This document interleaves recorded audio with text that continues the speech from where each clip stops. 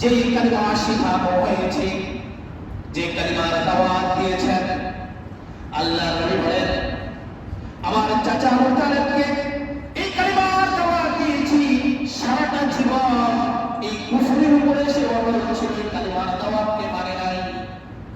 আল্লাহ রাসূল বলেন আমার কোনো উম্মত যদি এই কালিমাকে জীবনে একবার মন থেকে, দিল থেকে, ইখলাসের সাথে, খুলুসের সাথে কেউ যদি জীবনে একবার পাঠ করে, আমি রাসূল বলে দিলাম আল্লাহ পাক রব্বুল আলামিন তাকে বিনা হিসাবে জান্নাত দিয়ে দিবে।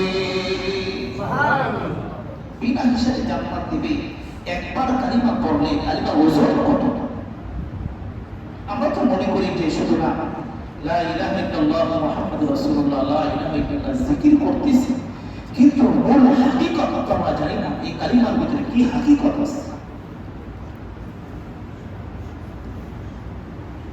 এই কালিমার হাকিকত বুঝেছিলেন আবু জাহেল, উতবা, শাইবা, বেঈমান যারা, তারা এই কালিমার হাকিকত জানতো। কি জানতো? কালিমার হাকিকত জানতো। মূল কথাটা কি, এই কালিমার ভিতরে কি লুকিয়ে আছে।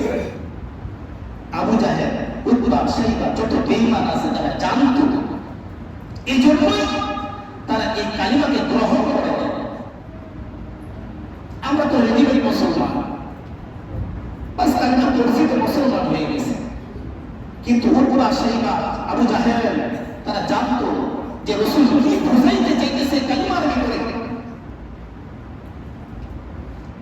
আবু জাহেল ভালো করে জানতো এই কালিমা যদি দিল থেকে যদি আমি স্বীকার করে নিই, জীবনে আর কোনোদিন মূর্তি পূজা আমি জীবনে করতে পারবো না, আগুন পূজা করতে পারবো না, মানুষের উপরে জুলুম করতে পারবো না। আবু জাহেল ভালো করে জানতো আমার মন করা জিন্দেগি আর চলবে না। যখন আমি স্বীকার করে নেব লা ইলাহা ইল্লাল্লাহ, আল্লাহর রাসূল প্রেরিত যত আইন কানুন আছে প্রত্যেকটা পুঙ্খানুপুঙ্খভাবে আমার মানতে হবে, মন করা করে গোসল করা যাবে না। এই জন্যই তো আবু জাহেল সে ঈমান গ্রহণ করে নাই। সে জানে আমার আগুন পূজা বন্ধ হয়ে যাবে, মূর্তি পূজা বন্ধ হয়ে যাবে, নিজের মন করা জিন্দেগি নষ্ট হয়ে যাবে। মুহাম্মাদের ধর্মকে যদি মেনে নেই, আমার মন মতে কোনো কিছু চলতে পারবো না। এই জন্য মনের মতো চলার জন্য দুনিয়া চাইছে, মুহাম্মাদের ধর্ম গ্রহণ করে নাই, ইসলাম ধর্ম গ্রহণ করে নাই, মুহাম্মদকে মানে নাই, এক আল্লাহকে মানে নাই। সে এই জন্যই তো বুঝতে পারছে যে লা ইলাহা ইল্লাল্লাহর ভিতরে কি আছে। আজকে আমরা হাকিকত জানি। এই হাকিকত কে বুঝেছে? এই হাকিকত বুঝেছে হযরত বেলাল, হযরত আবু বকর, হযরত উসমান, সাহাবায়ে কেরাম কালিমার হাকিকত বুঝেছে। তারা ভালো করে জানতো এই কালিমা যদি আমি দিল থেকে গ্রহণ করে নিই, আমার উপরে জুলুম করা হবে, আমাকে মারবে। সে ভালো করে জানতো, কিন্তু সে এটাও জানতো যে কালিমা আমি গ্রহণ করেছি, এই কালিমা আমাকে একদিন জান্নাতের দিকে নিয়ে যাবে। হযরত বেলালকে তো কষ্ট দেওয়া হয়েছে, হযরত আবু যর গিফারি রাদিয়াল্লাহু তাআলা আনহুকে তো কষ্ট দেওয়া হয়েছে, বিবি আসিয়াকে তো কষ্ট দেওয়া হয়েছে। এরপর কালিমা ছাড়ে নাই।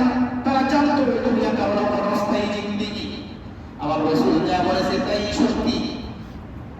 এই জন্য তারা ঈমান ছাড়ে নাই, দুনিয়া চাই নাই, আখিরাত চেয়েছে। আর আবু জাহেল, উতবা, শাইবা তারা দুনিয়া চাইছে, আখিরাত চাই নাই। একজন বুঝিয়াও ইসলাম ধর্ম গ্রহণ করে নাই। তারা জানতো, হাকিকত জানতো। আজকে আমরা মুসলমান ঈমান গ্রহণ করেছি, কালিমার হাকিকত জানি না, মূল জিনিসটা কি সেটাই তো জানি না। যে ঈমান ওরা হবে, কোন তাগুতের কাছে আর মাথা নত করতে পারবে না। দুনিয়ার কোন ব্যক্তির কাছে আল্লাহর আইনকে সে বর্জন করতে পারে না। দুনিয়া একদিকে থাকবে, আল্লাহর আইন যেটা সেটাই আমার মেনে নিতে হবে। কিন্তু আজকে আমরা এমন হয়ে গেছি, মুসলমান করি, সেজদা দিতেছি, রুকু দিতেছি, নামাজ পড়তেছি 40 বছর 50 বছর, কিন্তু তাগুতের কাছে, মাখলুকের কাছে মাথা নত করি। কথা বলেন, এমন মুসলমান আছে না? হ্যাঁ, এমন মুসলমান নাই? নামাজ পড়তেছে,